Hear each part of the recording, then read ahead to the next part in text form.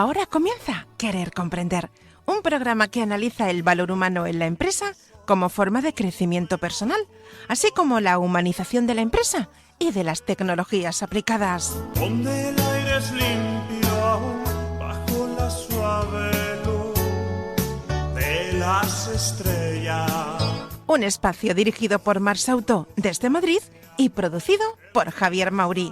Querer Comprender. Hoy encontré un lugar para los dos seres. Buenos días, queridos oyentes de Radio Mairena, al 107.4 de la FM, emisora municipal de Mairena del Alcor, y también saludar a todos nuestros seguidores de nuestro canal de YouTube. Pues hoy programa también especial con un proyecto de una persona que ya tuvimos el enorme placer y el honor de entrevistar, que es Álvaro Cuadrado. Álvaro, muy buenos días y bienvenido de nuevo. Buenos días y nuevamente gracias por dar espacio no tanto a mí, sino a las compañeras que tenemos hoy en la tertulia. Ahora pasaremos a presentarlas. Bueno, Álvaro se define como emprendedor social, inversor, cineasta, creativo, conferencista y aventurero. Y vamos a dar paso a nuestras invitadas, que están integradas dentro de uno de los proyectos que Álvaro coordina, dirige, que es el proyecto Bikini Burka, que ya hicimos una breve descripción en un anterior programa. Rocío Esperilla, productora, feminista, bisexual, vegetariana. Muy buenos días y bienvenida, Rocío. Muchas gracias, encantada de estar en vuestro programa. Es un verdadero placer. Laura Liz, estudiante de psicología, o sea, futura colega mía, lucha por las causas sociales e imagina un mundo de fantasía. Así es como se define. Buenos días y bienvenido también a ti. Muchas gracias. Gracias. Y Elena Pérez, alta ejecutiva de Nike, escribe de moda y también a ti, muy buenos días y muchas gracias por estar aquí, Elena. Buenos días, Javier, muchas gracias a ti. Bueno, pues yo voy a empezar pues por la primera que tengo en la pantalla, que es Liz. ¿Cómo te defines, Liz? ¿Quién es Liz? Laura Liz, ¿quién es? Bueno, Laura Liz es una estudiante que este año está realizando el cuarto curso de psicología y yo me definiría como una persona bastante soñadora y bastante comprometida con diversos movimientos sociales por el aprendizaje a nivel personal que me ha supuesto formar parte de esos movimientos sociales estos últimos años. Y también me definiría como alguien a quien le gusta muchísimo escribir desde hace bastante tiempo, pero con el pequeño cambio de que antes escribía como una vía de escape únicamente y ahora cada vez más no solamente es una vía para poder desahogarme, sino una vía para poder comunicarme con otras personas y transmitir un mensaje. Y esa sería yo. Muy bien, muchas gracias. ¿Y quién es o cómo se define Rocío Esperilla? Pues bueno, soy productora audiovisual de ficción y cine de oficio. Y bueno, también creo contenido, escribo normalmente pues sobre mis inquietudes, que son el feminismo y el activismo LGTB. Y bueno, supongo que eso lo comparto también con Laura, que de hecho nos conocimos antes de Bikini Burka a raíz de eso, del activismo feminista.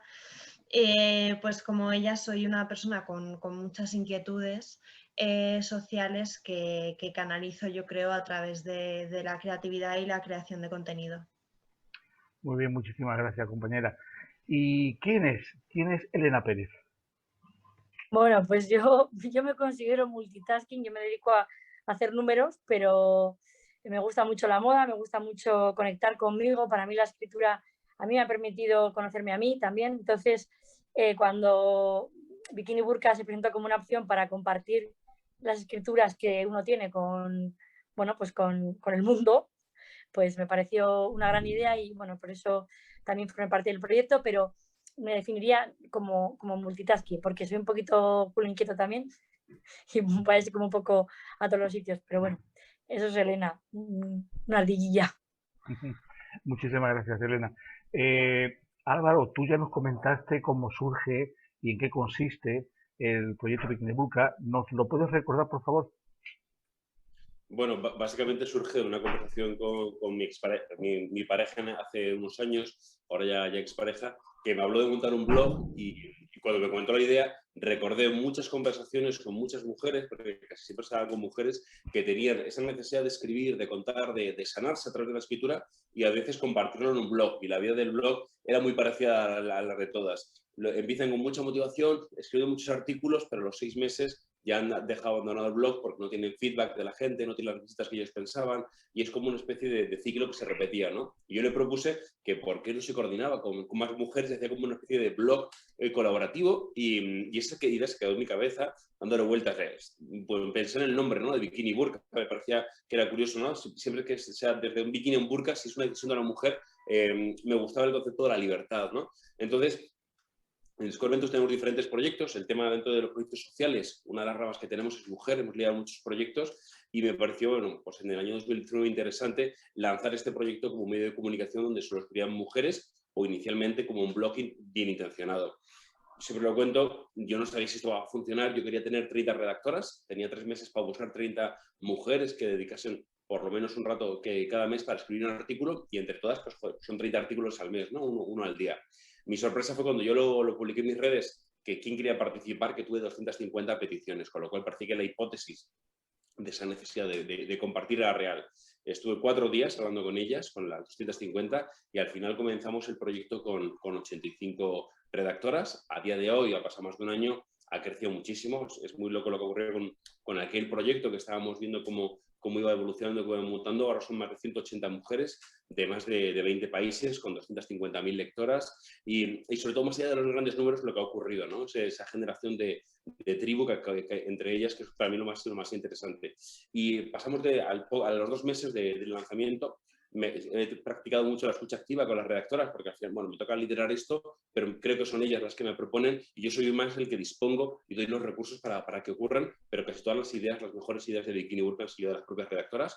Una de las redactoras me propuso crear eventos, hemos creado ya 7 eventos, también hemos hecho un espectáculo basado en la experiencia de Bikini Burka, que como os digo, tiene como 2 componentes, ¿no? La parte de escribir para la redactora que es sana y luego para la lectora que es inspirada, ¿no?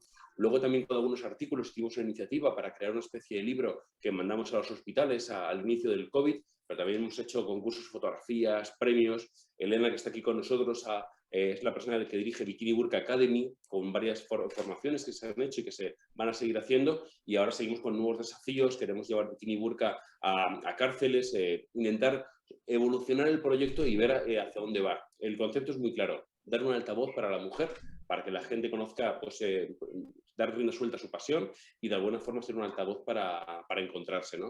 Pero bueno, para que no sea tan... Me gustaría ser el menos protagonista hoy, estar aquí un poco como simplemente como testigo de lo que ocurra y me gustaría también hacer las preguntas yo a ellas, ¿no? Como fue, por ejemplo, ¿cuál fue la razón por la que entrasteis en Bikini Burka? Porque, claro, yo me hago mis cábalas, pero seguro que vosotros me lo sabéis decir mejor. Quien quiera que vaya respondiendo. Bueno, pues para mí, para aportar un granito de arena en un proyecto que cuando me lo presentaste me pareció súper interesante, porque me parecía una forma, lo que has hecho tú, ¿no? De dar la libertad a las mujeres de expresarse como quieren y de la manera que quieren. Y además es que es una de las grandes pruebas de Bikini Burka, que no hay censura. O sea, lo que tú quieres lo cuentas y Bikini Burka lo publica, ¿no? Entonces, eso no sucede generalmente en casi ningún medio de comunicación. Con lo cual... Perdón, yo muy poco mérito porque no tenemos línea editorial, porque realmente la línea editorial hacéis vosotras con las propuestas, se nos ve el plumero obviamente, pero sois vosotras las que marquéis la tendencia de lo que se está hablando y casualmente os contagiáis, porque casi siempre suelen ser cíclicos los temas, de repente se habla mucho de un tema porque se está hablando, alguien lo lee y también quiere escribir sobre ello, ¿no? Con lo cual a mí me encanta porque sois vosotras las que lo hacéis, ¿no? Bueno, para mí fue totalmente un reto y una aventura porque yo escribir durante muchos años lo hacía de una manera muy íntima, que era solamente los amigos íntimos, 2 o 3 personas quienes sabía que escribía o quienes daba como acceso a aquellas cosas que había escrito. Y pasar a formar parte como redactora de Bikini Burka fue como fue un poco como pasar a existir a nivel de escritora. Fue como no solamente el hecho de escribir, sino el hecho de que haya otra persona al otro lado de la pantalla dispuesta a leer lo que escribo. Y fue como una sensación de no solamente estoy escribiendo, sino que tengo la capacidad de transmitir un mensaje. Y sobre todo fue eso, como salir de mi zona de confort, la razón principal. Pues yo, como decía Álvaro al principio, yo tenía un blog también. Al principio me abrí un blog y empecé a escribir como vía de escape porque, bueno, yo estaba trabajando en un ambiente que era muy, muy, muy distinto a como yo soy y necesitaba una vía de escape y ese fue mi blog. Pero claro, cuando vi que podía escribir en un sitio haciendo comunidad, acompañada y arropada por la infraestructura, por otras compañeras, yo creo que fue eso lo que me motivó y también el tener la libertad que tenía en mi blog. Yo en mi blog escribía lo que quería y en Bikini Burka también lo iba a poder hacer y encima creando comunidad, que yo creo que es una cosa muy importante a la hora de empoderarnos, de crear movimientos sociales, ¿no? El crear redes y eso me motivó muchísimo.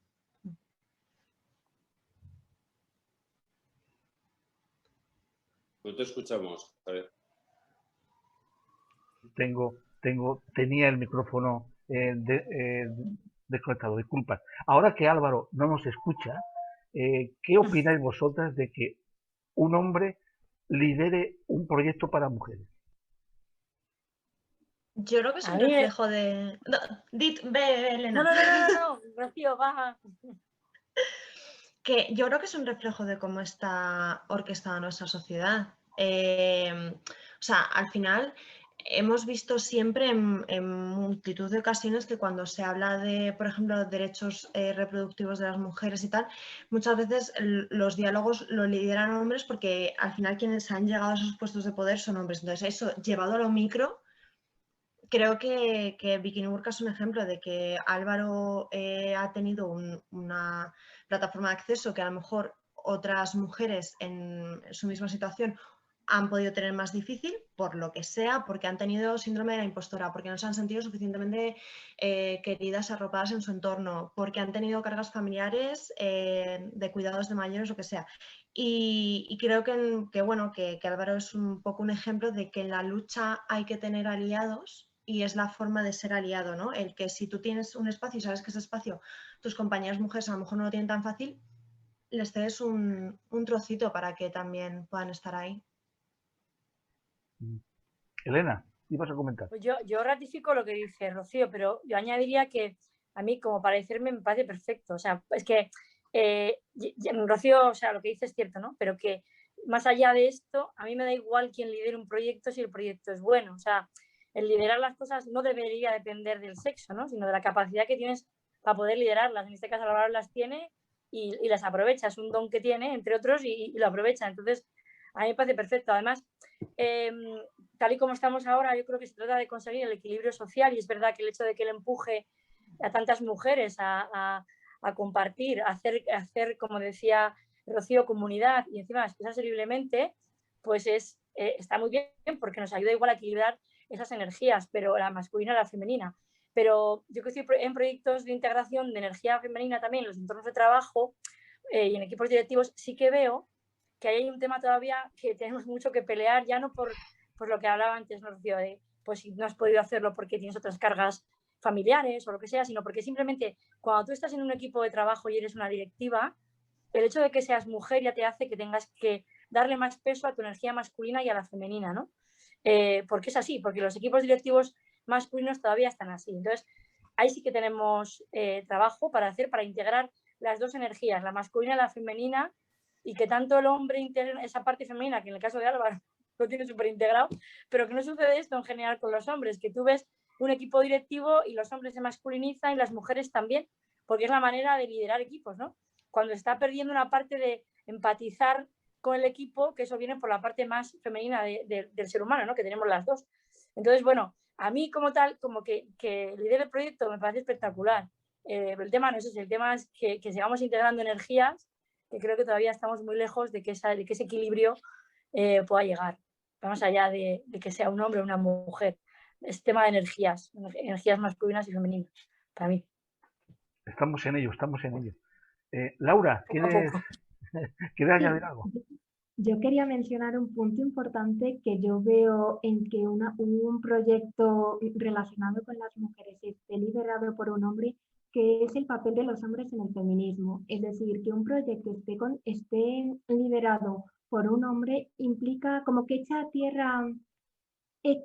por tierra frases tipo que el feminismo solo tiene que ver con nosotras y recalca la importancia de la figura que juegan los hombres en el feminismo para poder lograr cambios reales. Y eso, creo que es muy importante pues no olvidar que el feminismo no es como un movimiento de parte de una sociedad y que al resto no le incumbe, sino que es algo que debemos trabajar todos. A mí lo que me pasa es que yo no me siento aliado, porque parece que el aliado me ayuda como un colectivo. Me siento parte de un colectivo que para mí solo hay dos, sensatos e insensatos. Y en estos dos colectivos puedes ir a favor del cambio climático, puedes ser negacionista, hay sensatos e insensatos, ¿no? Claro, Y en este caso, tengo claro cuál es mi lado, que es el de la sensatez. Y no solo con Bikini Burka, llevo desde el año 2007 liderando diferentes proyectos con microcréditos, con mujeres, con temas en África. O sea, para mí es una cosa, seguramente por la educación que he tenido, muy intrínseca en mi vida y hacia la que tengo mucha sensibilidad, pero no me veo como decís, como aliado. Y luego, yo creo que es de los proyectos que he liderado el que menos lidero. O sea, creo que es el más abierto para que lo lideréis vosotras. Bikini Burka Academy, por ejemplo, es una idea de Elena, ¿sabes? O el tema de los eventos fue de Clara Cobo. O sea, todo lo que se ha ido sugiriendo y todo lo que ha ido creciendo, casi siempre han sido ideas vuestras, ¿no? Entonces, yo solo soy un facilitador para que las cosas ocurran. Pero sois vosotras la que lo lideráis y la que lo hacéis. Y yo estoy encantado, además, de este nuevo modelo para mí. Elena, ¿cómo conociste en tu caso a Bikini Burka? ¿Cómo conociste este proyecto? Bueno, yo conocí a Álvaro directamente. Lo curioso fue cómo conocí a Álvaro, ¿no? A través de una amiga de Álvaro. Yo me fui a hacer un retiro a Cádiz y, bueno, conocí a una amiga, muy amiga de Álvaro, pero yo a Álvaro ni nada. Y, bueno, pues por un proyecto que íbamos a hacer en la empresa, en Nike, pues quedé un día para tomar un café con Álvaro y a raíz de ahí empezamos a tener contacto. Y un día me dijo, oye, mira, voy a hacer esto. Lo que él decía antes al principio, ¿no? Que él se puso en contacto con varias mujeres a ver quién quería escribir. Y yo dije, sí, cuenta conmigo. Me pareció espectacular la idea. Y así conocí el proyecto a través del líder del proyecto, o sea que directa. Muy bien. Laura, ¿y en tu caso? Sí, se me escucha. Yo la verdad que tuve contacto por primera vez con Bikini Burka porque ya conocía a Rocío y yo me acuerdo que antes de formar parte del equipo de Bikini Burka, durante mucho tiempo era súper fan de los relatos de Rocío, me los leía a todos y bueno, como que llegó un momento un poco de envidia de, yo también quiero como esa ventana y ese espacio para comunicarme y así al final acabé decidiendo formar parte de Bikini Burka.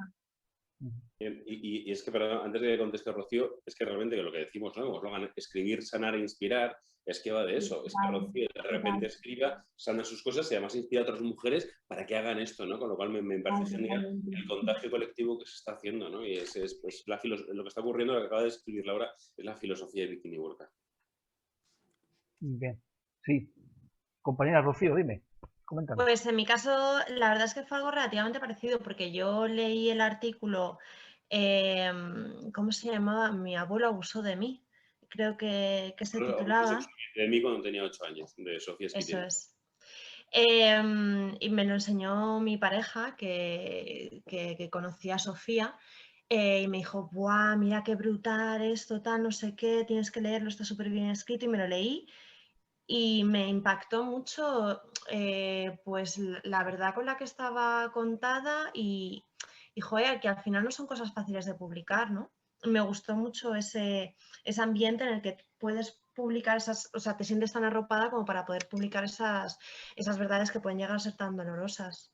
En el caso además de este artículo, que creo que también es bastante paradigmático de Bikini Burka, lo escribió Sofía y estuvo 3 meses sin enviármelo. Y me decía que había escrito un artículo, pero no me decía por qué no me lo enviaba, ¿no? Cuando lo leí, pues básicamente lo que narra es cómo abusó su abuelo, no en sí el abuso, sino las heridas que le dejó y cómo la familia le hizo dar la espalda a esa verdad, ¿no? Y me pareció como súper valiente Sofía, y desde entonces siempre digo, ¿no?, que todas las mujeres que están en Miniburka tienen dos características, ¿no?, la generosidad y la valentía, ¿no? Y fue brutal lo que generó, porque entre otras, además de sensibilizar y atraer talento, como ocurrió con Rocío, amigas mías que me cuentan, no te puedo hacer la idea de lo que me ha pasado con un tío que tuve, y yo fui consciente, que yo no era consciente, de las violaciones que hay intrafamiliares, que pues seguramente sea de las peores, ¿no? Y entonces, de repente, esto lo que hizo fue que unas 30 mujeres se pusieron en contacto con nosotros, con Sofía directamente, y Sofía, ese pudor que tenía, lo sanó, como ella lo narra muy bien, lo sanó muchísimo y sobre todo ayudó a sanarlo a otras mujeres, ¿no? Con lo cual para mí fue uno de los primeros artículos que generó mayor impacto, y me encanta que lo haya sacado Rocío. Muy bien, muchas gracias, Alba. Os voy a hacer una pregunta a las tres, vais respondiendo como vaya siendo conveniente.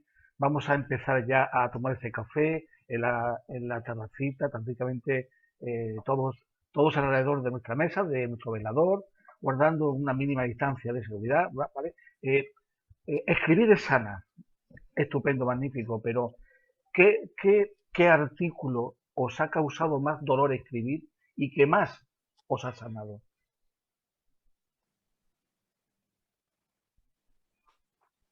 Yo uno que escribí al principio del todo, que era acerca del perdón, pero me costó escribirlo porque es donde explicaba quién era yo y cómo yo había tenido que utilizar el perdón hacia mí, que es el más complicado del mundo, perdonarte uno mismo, para liberarme, ¿no? Y cuando escribía esto, pues me daba cuenta de que, bueno, ya había escrito yo mucho acerca del perdón a los demás y luego del perdón a mí misma. Y cuando Álvaro me propuso escribir, dije, pues escribiré del perdón, ¿no? Porque había entendido cómo eso me había liberado tanto que quería compartirlo. Ya no solamente por el tema de que además sana un montón, porque el hecho de compartir yo creo que lo sanas más, sino porque entendía que es que era algo que la gente podía hacer, perdonarse y liberarse de muchas cargas, porque el perdón libera un montón, por lo menos para mí, el perdón libera un montón, ¿no? Y fue bastante complicado escribir eso y compartirlo, porque era como, es que es como desnudarte un poco, así, de repente. Y ese fue para mí el más complicado, el primero. Muy bien. Yo creo que con el que más sané fue con uno que escribí sobre una situación de acoso en el metro, que además lo escribí como esa misma noche cuando me sucedió, porque con él, o sea, yo lo escribí a modo de desahogo y porque no podía dormir, entonces dije, pues voy a escribir. Pero con él me di cuenta de la diferencia entre, o sea, de cómo normalizamos el acoso. Yo cuando me pasó eso y estaba en el metro, estaba volviendo de firmar el finiquito en mi anterior empresa y estaba yendo a clase. Y llegué a clase con un bajón de tensión, pero como que le quité importancia y les dije a mis compañeros, no, que me ha pasado una movida en el metro, tal, no sé qué, y los otros, vaya, sin más, sin darle importancia. Y cuando lo leyeron, vinieron a hablar conmigo diciéndome, no sabía realmente lo que te había pasado. Y me vino a hablar la gente muy afectada, y yo pensando, ni siquiera es el caso más grave. O sea, me han pasado cosas muchísimo más graves y las que he temido por mi vida, y esto fue simplemente un momento incómodo. Pero claro, tenemos tan normalizado el acoso que lo relatamos de una forma, pues eso, muy anecdótica, y este artículo a mí me sirvió para darme cuenta de la importancia que hay que darle a estas situaciones, de que no son normales y que si le damos la importancia que tienen, los demás la reciben así. Interesante. Laura, coméntame. Sí, para mí el relato, digamos, que marcó un poco un antes y un después, porque fue algo como muy lanzarse al vacío y muy personal. Fue uno que se llama El primer paso es pedir ayuda, que acabó siendo un vídeo y digamos que fue el que más me marcó a nivel personal porque es como que conté una etapa de mi vida en la que estuve yendo al psicólogo. Y fue por primera vez como ser consciente de lo que llevaba logrado hasta ese momento, como que yo iba con muchas prisas todo el momento, como hay que avanzar, y fue como pararse y ver en qué punto me encontraba y ver que muchas de las cosas que ayer estaban mal, hoy ya no lo estaban. Y el hecho de Y bueno, también el hecho de ponerse delante de una pantalla por primera vez, quiera que no, todo fue como importante, como marcar un antes y un después como redactora y a nivel personal. Y otra pregunta que yo... A mí pasa una Sí, cosa, perdón, Javier. adelante, Bueno, adelante, Álvaro. sí, yo no escribo en Bikini Work, con lo cual no tengo esa parte de sanación, pero hay una cosa maravillosa, como que todos los artículos me los tengo que leer, y al final me encanta definir Bikini Work como un repositorio de conocimiento, ¿no? Cuento esta anécdota de cuando alguien se cuenta un problema, casi siempre le digo, te tienes que leer este artículo, ¿no? Me encanta que más de 500 artículos basados en experiencias de mujeres se han convertido, pues eso es como si fueran cientos de amigas que han compartido sus experiencias y que te pueden ayudar, ¿no? Porque se ha convertido en eso realmente. Y a mí, en base a leer lo que les ha pasado, cómo se han sentido, a mí como hombre me han mejorado, porque de repente yo he visto cosas que igual había pasado con el exnovio de ella, pero yo me he dado cuenta de cosas que había podido repetir. Y después de este año y medio que llevo, para empezar, me avergüenzo de algunos comportamientos que tienen en el pasado, que igual los había normalizado, como por ejemplo ser pesado a la hora de tener relaciones sexuales con tu novia, que a ella no le apetece y le insistes, algunos comentarios, micromachismos, y de repente, oye, y ese avergonzamiento trasladarlo a la nación, de oye, un cambio real en ti, ¿no? Porque por muy concienciado que estés, todos tenemos una fase de aprendizaje, con lo cual a mí sí que me ha sanado el leerlas en sí, ¿no? Ya no solo inspirar, pero también me ha mejorado como hombre, ¿no? Yo quería preguntaros también, habéis estado comentando la importancia del perdón, el autoperdón, que es muy complejo, es muy difícil y que, como muy bien ha dicho Elena, es un primer paso para perdonar a los demás. Y es cuando sientes ese efecto liberador. Eh, el tema, el tema de la presión en el metro, ese acoso, es típicamente de una sociedad patriarcalizada. Yo siempre he dicho que en este país, pues quizá normalicemos mucho la carencia. En el caso de Rocío, pues normalizamos y asumimos la carencia que hay de tratar a la mujer como una persona, no como un objeto. Y poner de relieve, como en el caso de Laura, una parte de mi interior, una fase, una etapa que yo necesitaba exponer. Eso es en vosotros mismas, os ha sanado, pero cuando escribís de cosas exteriores, de cosas que pasan en otros lugares, a otras personas, ¿qué es lo que os mueve? ¿Qué es lo que os inspira? Cualquiera de vosotros. Yo, por ejemplo, a mí en esos casos lo que me mueve cuando he hablado de, de situaciones externas a mi realidad, digamos que me mueve, la principal razón es transmitir el mensaje a la otra persona de que no es la única persona que está pasando por esa situación, porque ya solamente el hecho de que una persona sepa que lo que está sintiendo, la situación que está viviendo, no la está viviendo de manera excluida, hay más personas sintiendo lo mismo y hay más personas en esa misma situación, es un gran apoyo para poder salir de ahí. Así que yo digamos que ese es mi motor para escribir ese tipo de relatos. Muy bien. Más opiniones. A mí normalmente me inspira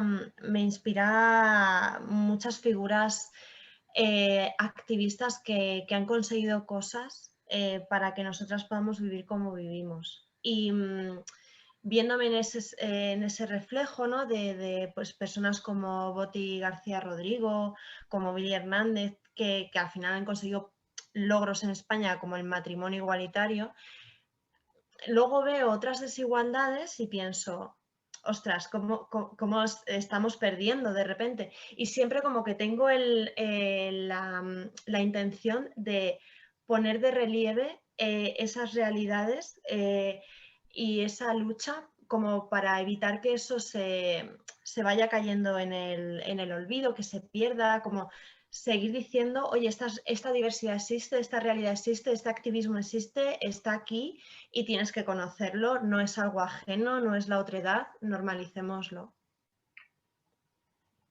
Sí, Para, para mí es el autoconocimiento, pero porque me imagino que cada uno, pues como pasa en todo, cuenta lo que le toca, ¿no? A mí por temas, y además por lo que empecé a escribir, fue también por un tema de sanación personal. Y en esa sanación me fui conociendo yo también. Iba descubriendo cosas de mí que no sabía que estaban ahí y que muchas veces eran muy dolorosas de ver, ¿no? Que las tienes tú, que son tuyas. Y entonces, a veces cuando, depende, porque aunque yo el principal motivo de la escritura era moda, es que el hecho de que Bikini Burka te deje escribir de lo que quieras, pues hace que yo haya escrito también de otras cosas que igual no son moda, ¿no? Pero que sentía compartirlas porque me había visto yo una parte mía que no sabía que existía, que generalmente cuando andamos por la vida vamos con el ego, no con el corazón, y muchas cosas no vemos o no queremos ver. Y cuando empiezas a escribir, escribes desde el corazón, porque esto es lo que sana, ¿no? Y desde ahí veía que yo podía inspirar también a mucha gente a que se abriera a sí misma. Ya no digo ni que escriba ni que no, sino que lees y dices, ahí va, es que eso también soy yo. Ahí va, es que esto me... Y con algunos artículos pues me pasaba esto, ¿no? Que me inspiraba el decir, voy a compartir algo muy personal mío que está dentro, que yo ni sabía que lo tenía, que a veces me ha causado hasta dolor a mí verlo, pero que está ahí y es mío. Y que mucha gente, luego cuando lo hablas o lo compartes o lo escribes, es que a mí también me pasa algo así. Y bueno, pues mira, si te he servido para que veas un espejo, pues fenomenal. Y eso es una de las grandes cosas también de, pues eso, de Bikini Burka, que llegas a mucha gente que pueda sentirse identificada con una emoción que la tienes también tú, que no sabes que está, pero que está. Muy bien. A mí me encanta una cosa que ocurre con vuestros artículos, que no sabéis el alcance que tienen ni cómo pueden afectar a alguien. O sea, hace unos meses una persona que se iba a suicidar se pone en contacto con nosotros para contárnoslo. O sea, es decir, una persona que no nos conoce, que no es parte de la comunidad, que es igual solo la lectora, se pone en esto hicimos un protocolo con Natalia Pedrajas, que es psicóloga, terminamos hablando con la Interpol, mi equipo localizó la IP en Veracruz, México, y hablamos con la Policía Nacional Mexicana para que fueran a buscarlo y buscarla y que no pasara nada. Pero es curioso cómo os puede afectar o cómo generáis un engagement, que a veces es online, pero con una relación entre vosotras tan poderosa como, hostia, el momento que te quieres suicidar, contárnoselo a un medio online, ¿no? Que me parece maravilloso el impacto que podéis tener. Álvaro, ¿de qué más temas se escribe en Bikini Burka? Pues es que se escribe todo de lo que nazca. Tenemos como unas áreas temáticas, pero luego que es desde sociedad, cultura, medio ambiente, sexo, lifestyle, pero luego hay una zona que se llama miscelánea, que es cajón desastre, y es lo que ahí metemos todo lo que no está en el resto de apartados. Se escribe de lo que queráis. No sé si alguna queréis leer algún artículo. No sé si Laura queréis leer alguno, que la otra vez te quedaste sin poder leerlo, para que veáis, la gente que nos esté viendo, pues artículos, qué cosas que están publicadas, más allá de que también entren en la web, en bikiniburka.org, y las puedan leer a ellas tres y a los otros 180. Vale, pues este es uno de los relatos que escribí que se titula ¿Cómo vas a ser lesbiana si eres muy femenina? Y digamos que es uno de los que a mí más me gustó escribir. Hola, no nos conocemos, o tal vez sí. Tal vez nos hayamos visto 2 o 3 veces de pasada. Eso da igual. No sé si te acordarás de mí. Soy la tía a la que le tiraste los trastos al no saber que era lesbiana. Recuerdo que te costó comprenderlo. Ese día llevaba vestido. No llevaba el uniforme de lesbiana oficial y tal vez por eso te costó. Mira si soy ingenua que en esos 2 o 3 segundos de silencio en los cuales tu mirada me llenaba de etiquetas, creí que pasaríamos a hablar de un tema más interesante o te largarías. Pero no fue así. Tu mirada ahora era distinta y me observaba como una especie de reto. No tardaste nada en mostrarte como ese príncipe, subnormal, que venía de muy lejos a salvarme de la secta de lesbianas de la cual creíste que formaba parte. Oh, Dios mío, menos mal que apareciste en mi vida. ¿Recuerdas alguna de las frases tan románticas, innecesarias, con las que me dejaste sin habla? Eres lesbiana porque no me has probado a mí. Debes ser lesbiana porque habrás pasado por una mala experiencia con un tío, o la mejor de todas. Yo puedo ayudarte a que dejes de ser lesbiana. Por fin, joder, un tío que me va a hacer sentir mujer. Ya era hora. Ojalá haber tenido en ese momento las herramientas internas necesarias, o la valentía, o el suficiente nivel de amor propio para responderte, para largarme o simplemente para hacer algo. Pero no lo hice. Me quedé callada porque desde muy pequeña se me premió ese maldito silencio del cual ahora intento deshacerme. Yo siempre he tenido mucha curiosidad sobre vosotras. Por favor, que no lo diga, por favor, que no lo diga, por favor, que no lo diga. Pero lo que vosotras hacéis no se puede llamar follar porque no lo es. Además, si de verdad fueras lesbiana no usarías X juguetes eróticos ni os gustaría X práctica sexual. No tiene sentido. Así que lo que esa chica y yo hicimos no era follar, sino jugar al parchís. Pues para hacer una partida de parchís acabé más cansada de lo que me imaginaba. Venga, campeón, sigue soltándome cosas tan bonitas y propuestas tan tentadoras que ya soy todo tuya. Además, ¿cómo vas a ser lesbiana si eres muy femenina? Y ahí ocurrió. Me enamoré de ti porque esto de ser lesbiana solo es una fase en la cual estás un poco confundida. Pero llegaste a mi vida. Me soltaste esas cosas tan preciosas que yo tanto necesitaba y deseaba oír y me rescataste de todas esas bolleras que me habían estado comiendo en la cabeza y lo que no es la cabeza y que tanto me habían hecho sufrir. Cuidado, spoiler. De sufrir nada. Las mujeres podemos sentir mucho placer, incluso llegar al orgasmo solas o entre nosotras y ser felices sin ti ni tus opiniones. Venga, va. Ahora en serio. ¿Qué parte te costó o no entendiste de la frase «soy lesbiana»? Y dime, ¿por qué te creíste con el derecho de soltar cada mierda de frase respecto a cómo y quién soy? ¿Qué pasa? ¿Que te pones o de verme como un reto, como un desafío? Debe poneros eso de ver hasta dónde seguimos soportando lo que en ningún momento deberíamos haber soportado. O tal vez no es eso. Tal vez es que vuestra frágil masculinidad y vuestro elevado egocentrismo y falocentrismo os impide comprender que hay mujeres en cuyos planes sentimentales o sexuales de futuro no aparecéis. Sorpresa, segundo spoiler. ¿Sabes? Durante muchos años, personas como tú conseguían hacerme sentir muy incómoda en este tipo de momentos, pero no por lo que dijeses o dejaras de decir, ya que después de 2 o 3 veces hasta yo me sabía de memoria cada frase y cada tipo de mirada. Me sentía realmente incómoda y pequeña porque hasta hace solo unos años nunca dije nada. Me callaba, miraba al suelo y contaba mentalmente hasta 10 deseando que terminara pronto. Concluía todo con una sonrisa burlesca por tu parte y un absoluto silencio por mi parte, prometiéndome. Cuando quieras, Liz. Miraba al suelo y contaba mentalmente hasta 10, deseando que terminara pronto. Concluía todo con una sonrisa burlesca por tu parte y un absoluto silencio por mi parte, prometiéndome que esta sería la última vez que me quedaba callada. Spoiler número 3. Mentira. Una, otra y otra vez más hasta que ser valiente dejó de ser una opción para ser la única opción ante una sociedad que se cree con el derecho de juzgar de quién me enamoro o con quién me acuesto. A veces me gustaría que todo hubiera sido más fácil. Haber conocido a una segunda Blancanieves que perdiera la cabeza por otra princesa del reino. Descubrir el amplio abanico que se encuentra bajo la palabra familia. Que alguien hubiera alzado la voz cuando yo no fui capaz de hacerlo, que no hubieran dado por hecho que era un noviete lo que quería. Me hubiera gustado no haber tenido tanto miedo para dejar de ser invisible, pero me gusta creer que todo ello contribuyó a que hoy sea quien soy, una persona realmente maravillosa sin miedo a amar. Así que por favor, creo que es hora de que se vaya entendiendo. Abandonad absolutamente todos y cada uno de los estereotipos acerca de las mujeres lesbianas. No somos vuestro fetiche sexual ni queremos acostarnos con vosotros. Entre nosotras nos apañamos muy bien sin vuestra ayuda. En esta historia no aparecéis ni vosotros ni vuestras opiniones. ¿Escuece?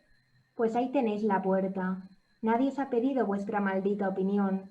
Y os lo aseguro, no pienso volver a quedarme callada nunca más. Gracias. Muchas gracias, Liz. Verdaderamente es inspirador. Es inspirador. Gracias. Gracias a ti. ¿Inspira lo que escribís?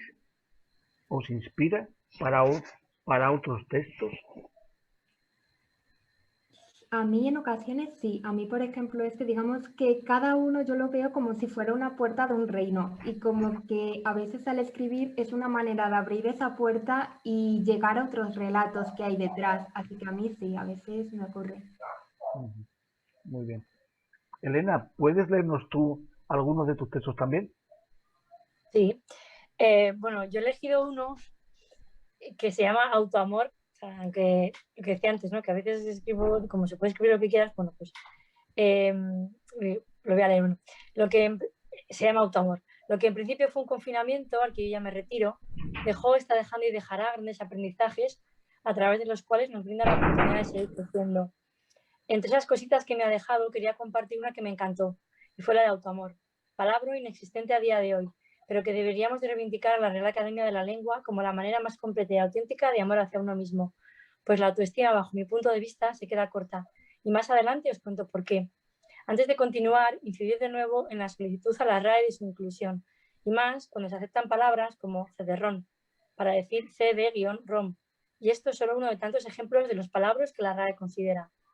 Volviendo al tema que nos ocupa, en aquellos días de retiro voluntario de recreo, al menos así lo viví yo, seguí con mis prácticas habituales de no encender la tele y dedicarme a escuchar audios o podcasts acerca de temáticas que para mí se han convertido en rutina hace años, pero que comprendo que puede sonar friki, raro o extraño, o cualquier otro adjetivo similar que se os ocurra. Estos audios a veces los busco, otras muchas veces son los que aparecen, y como me guío por las señales, en uno de estos apareció una entrevista de Ani Galtiburu a Juan Bueno que me encantó. Hablaban del autoamor. Me pareció tan bonito que quería compartirlo. Podría seguir profundizando acerca de lo que la sociedad considera normal o no, y cómo esto nos define, nos separa y nos coloca. Pero creo que es más interesante profundizar en el autoamor, porque igual desde ahí, desde ese autoamor, la sociedad algún día puede unir en vez de separar y comprender en lugar de juzgar. Y porque es desde ahí, desde practicar ese autoamor, desde donde podemos autoayudarnos a cambiar la perspectiva, la que tenemos acerca de nosotros mismos y la que tenemos acerca de los demás. Esta maravillosa palabra, digo palabra entre comillas, porque como dije anteriormente, la RAE no la reconoce, tiene una fuerza brutal. Aparentemente podría ser prima de la autoestima, pero sinceramente después de oír autoamor, la autoestima se queda corta y en todo caso podrían ser familia lejana.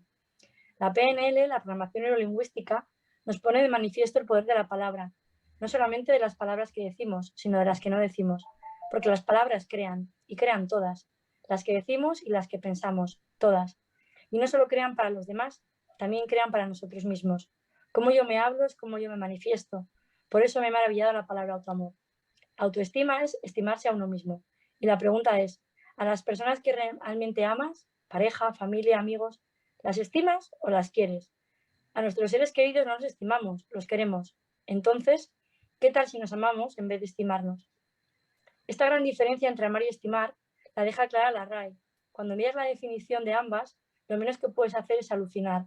La primera definición que la Real Academia de la Lengua da acerca de amor es sentimiento intenso del ser humano que, partiendo de su propia insuficiencia, necesita y busca en el encuentro y unión con otro ser.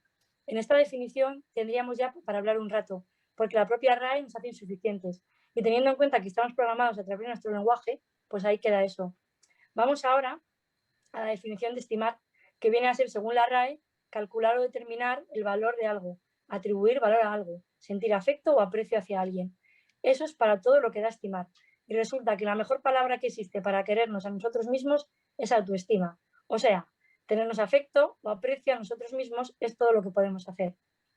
Si quieres dar algo, tienes que tenerlo primero. Y esto funciona igual. Si me estimo, ¿cómo te puedo amar? La estimación puede ser de cualquier cosa, del tiempo que necesitas para hacer algo, del cumplimiento de un plan, de la duración de un evento, de cualquier cosa que aparentemente no es lo suficientemente importante como para amarla. Por lo que conseguir quererte tú y quererte bien a través de una estimación parece no ser muy sencillo.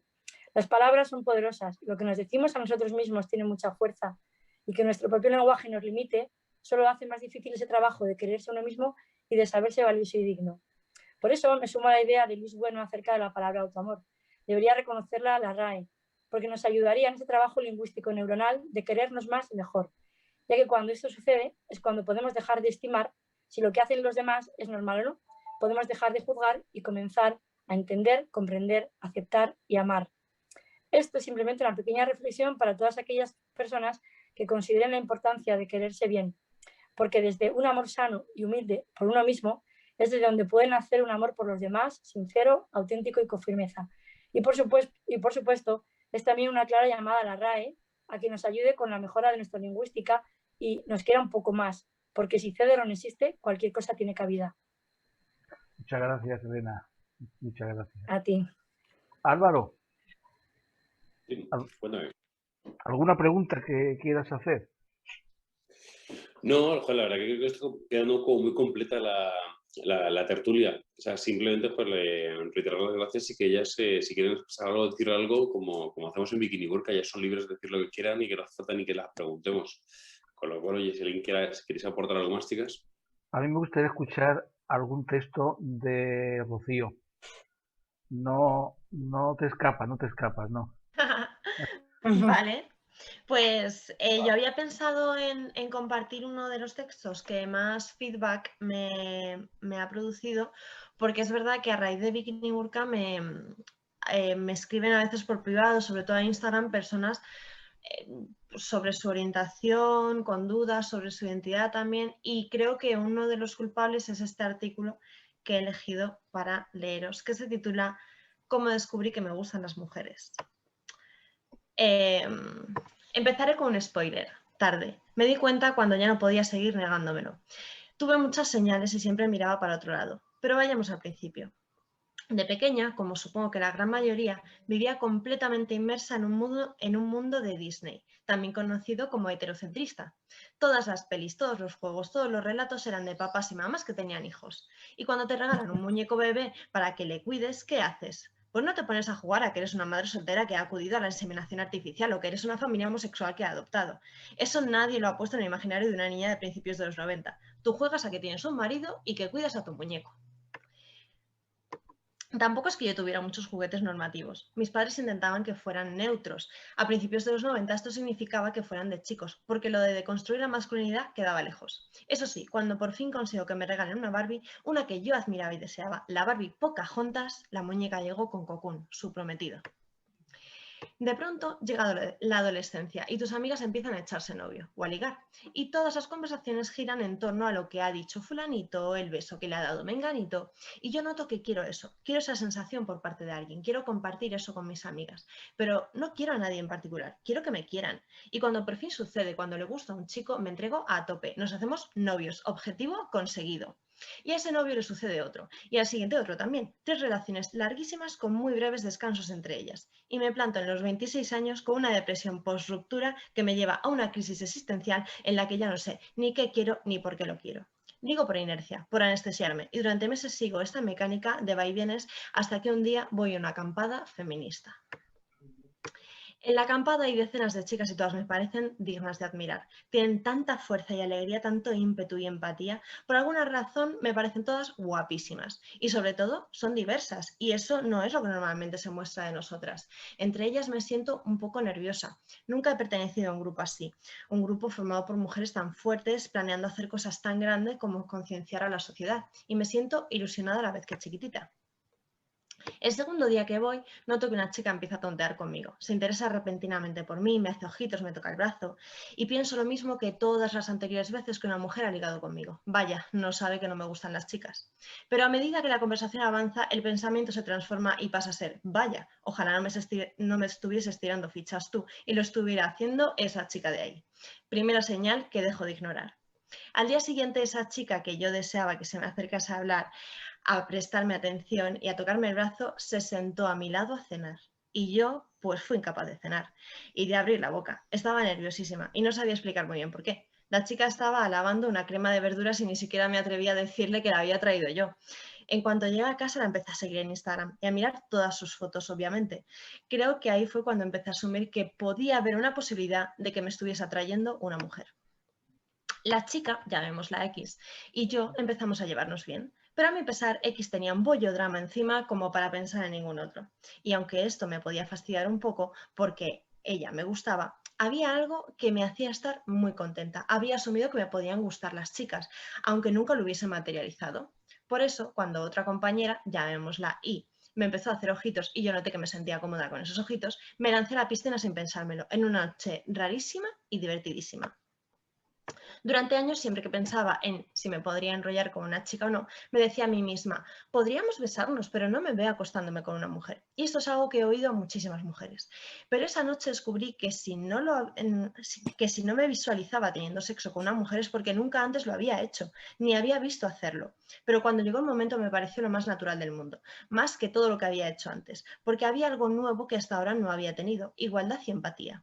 No había un rol de nadie sobre nadie, no había exigencias, no había unas necesidades que se pusieran por encima de otras, y eso fue muy de agradecer.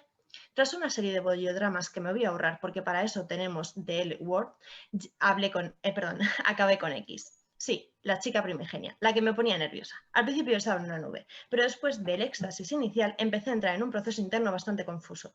Llegaba el momento de asumir lo que había pasado, lo que yo era, y entré en un bucle de dudas.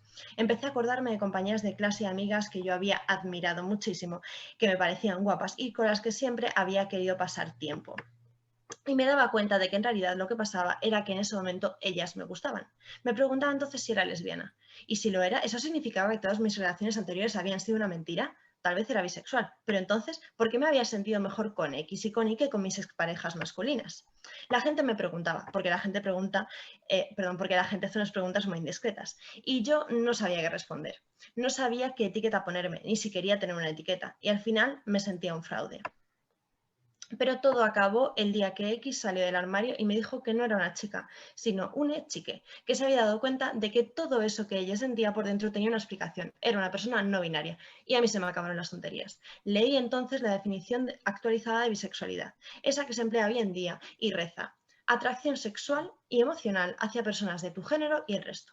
Esa definición incluía a X, incluía a Y y a todas las personas con las que había podido estar y por las que podía haber sentido amor. Y sobre todo me representaba a mí. Y por fin, tras años de negación y meses de dudas, estaba en paz conmigo misma. Muchísimas gracias, Rocío. Muchísimas gracias a las tres. Gracias a vosotros. Impresionante los tres escritos, de verdad. Nos hemos quedado ya sin tiempo. Laura, Elena, Rocío, Álvaro, Bikini Burka, muchísimas gracias. Y gracias a ti. Mucha fuerza. Gracias. Un placer, de verdad. Y gracias a todas. Un abrazo muy fuerte. Un abrazo, hasta luego. Adiós. Adiós.